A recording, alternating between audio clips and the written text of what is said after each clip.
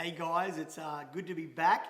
And if this is the first time you've tuned in, let me just tell you what we're doing. We are walking through the book of James. And I started at James chapter 1 out of the Bible. And I've just been talking a little bit about and commenting a little bit about what James has said in his book in the New Testament. And I've got to be honest with you, there is so much information in the book of James. Like I get through like one verse and then all of a sudden there's so much to talk about. And I hope it doesn't take forever to get through this book. It's only one book, but there's so much information in here. And I hope that we're not just watching the videos, that we're actually thinking about them after the video and going back and reading the Bible and seeing what God says to you about it. Remember this, what I say or what my comment or what my thoughts are on the book of James is only what my thoughts are on the book of James.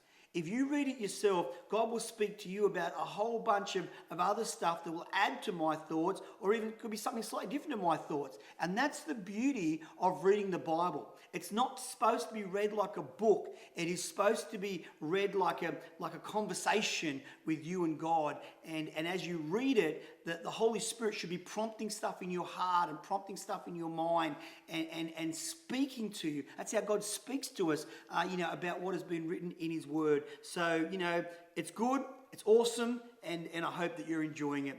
I want to kick off today from James chapter 1, verse 19, and it says this. Let me read it out to you. It says, "My dear brothers, take note of this." In other words, this is something you should get your notepad out and just write this one down and remember this one. It says, "Everyone should be quick to listen and slow to speak." And it also says, "Be slow to become angry." Now, in the natural, when we're talking about the whole concept of speaking and listening, in the natural, if you're in a conversation and you're the one doing all the talking, you're the one that's dominating the conversation and you're the one that's putting your point of view, what you're really saying is that you know everything about the topic, or what you've got to say is more important than what the other people in the conversation have to say. And what James is saying is this, there's a time to speak, and I get that. And I'm speaking here on YouTube today and talking to you, and people, speak from the pulpit and people have speeches, and there's a time to talk. But you should listen twice as much as you actually speak. And if I'm going to speak to you, about the book of James, James is saying to me, make sure you've listened twice as much about what you're talking about than what you're going to just speak about. And as a rule, it's a great thing to understand that if you're in any conversation, listen twice as much as you actually speak. Because you know what? What other people have to say is important, and who knows? It's great that you know what you know, but who knows what you will learn if you listen to what other people are saying. There's an old joke, and you've probably heard it a million times before, but I'll tell you again. God gave us 2 ears and 1 mouth. And the reason why He did that, besides the fact we need to hear from both sides, but just don't mess up the story. The reason why He did that is we're supposed to listen twice as much as we're supposed to speak. And it's a great concept in life, and it's a great concept that we should understand. Let me just unpack it a little bit more. Let me just talk to let me talk to the teenagers for a moment. If you're a young person and you're watching this is extremely important when you're at school. You go to school to learn stuff. Now, I know school can be horrible and school can be boring and school can be a whole lot of stuff. But at the end of the day, there are people at the school, your school teachers, that know more stuff about the topic they're teaching than you. That's why they're the teacher and you're the student. And if you're a young person, it's so easy to think, I don't need to know what the teachers are talking about, or I don't care what they're saying. And that actually makes you fairly arrogant and narrow-minded if you listen to what James is saying, because he's saying you can learn so much more if you actually just shushed for a minute and actually listen to what other people were saying. It's not just school. The same thing goes, at home. If your parents are teaching you something or they're asking you to do something, there are reasons behind it. Let me put it this way. God has not put parents in your life to torment you. Teachers have not been put in your life to irritate you to the point of you just don't want to go there anymore. Look at it differently. James is saying, listen a lot and speak a little. And the younger you are, especially in the teenage years, make sure that you make that the golden rule, because your life will be so much more successful. You will learn so much more if you spend more time listening and less time speaking. You know, on a personal note, it annoys me no end when I'm in a conversation with someone and all they want to do is talk. They just want to talk, and you can't get a word in there because they know everything. And at the end of the day, I just go, well, you know, they won't be told, they won't listen, they know everything, and, you know, good luck to them. But it's not a really smart growing curve, and it's not how you learn and how you succeed in life when you think you know everything. You know, in the Spirit, let me talk to you about walking with God, and to me this is fairly important on the same topic of speaking and listening. In the Spirit and walking with God, it's the same principle. Don't always be someone that all they ever do, the only communication you have with God is when you're praying. Now, I know this sounds weird, but just follow me for a minute. If you're always praying, you know, you close your eyes, God, help me with this, help me with that, do this, do that, thanks for this, thanks for that. If you're doing all the talking in your relationship with God and you don't allow any time for listening, then how much do you think you're going to learn from God?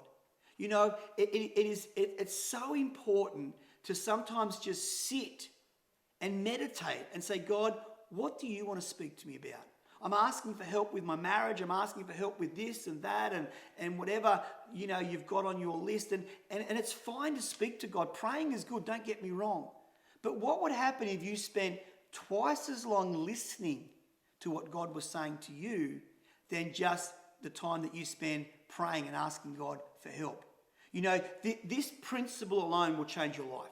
It will change your life when you're at school. It'll change your life when you're growing up. It'll change your life, you know, walking with God. It will change your life in your workplace. Now, if you go and get a job and the boss is telling you, do it this way, do it that way, and let's just pick on McDonald's and flip the burgers this way and put the chips on for this long.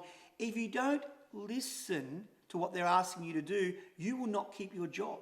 Now, that's not just McDonald's. That's all jobs. That's whether you're a doctor, a pilot, a builder, an astronaut going to space. Listen and learn what the people that are employing you are asking you to do.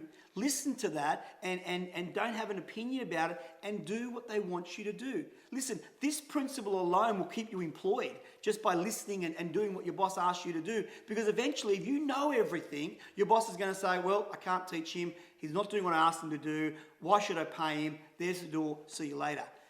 Listen twice as much as you speak. Do it at school, do it at home, do it at work, and do it walking with God. Now, the end of this verse also says this, and we don't talk a lot about this particular topic, all the time, but the Bible says, hey, listen, also become slow to anger. So it's saying, listen twice as much as you speak, and then be slow to be angry. Now, how does this connect? Well, let me just give you a thought of how anger connects with speaking and listening. One of the root causes of anger is when you don't get your own way. You could be driving along and someone cuts you off on the roundabout and you get angry at them because you wanted to go, you wanted your way, and they cut you off. Someone cuts you off in the lane, you become angry. You didn't want them to cut you off. Anger is coming when you don't get your own way.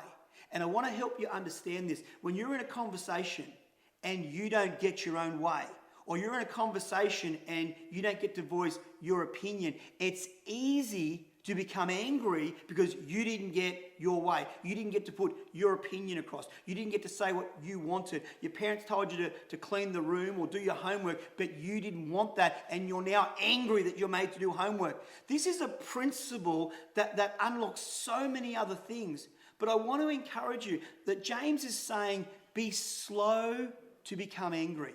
In other words, don't always have to be getting your own way. You don't always have to get everything your way. You don't have to dominate the conversation. You don't have to tell your boss what to do. You don't have to get your way in life. And if you realize that you're not always going to get your way and you're listening to others twice as much as you're actually speaking, you will naturally become slow to be angry because you're listening to what other people are saying and not just putting your point of view across. Now listen, even when it gets into marriage, it's the same principle. Guys, if you listen to your wives, okay, you won't be angry as much. If they listen to you, they won't be angry. When two people are forcing their opinion or their way to go forward or what they think is right or the way it should happen, that's when anger starts to bubble up and comes in and destroys relationships. So just remember, listen twice as much as you speak. Do it in your marriage, do it at work, do it at school, do it in learning. Take what James is saying here and really try to apply it to your life. You know, James has got so much wisdom in this book. And I want to encourage you again. Don't just watch these videos. Get out the book of James, read ahead of what I'm going to be doing, read back to what we've done over the last couple of weeks, and start to make a list of all the things that James has encouraged us to do to have a really good life. Listen, this book is full of good advice to do life well and to do it with God. So until next time, I encourage you, keep listening, keep learning. Don't be overloaded with information, but just take it a little bit at a time and start to apply piece by piece into your life. And I promise you, your life will be better off when you do things God's way. Until next time, have a good one.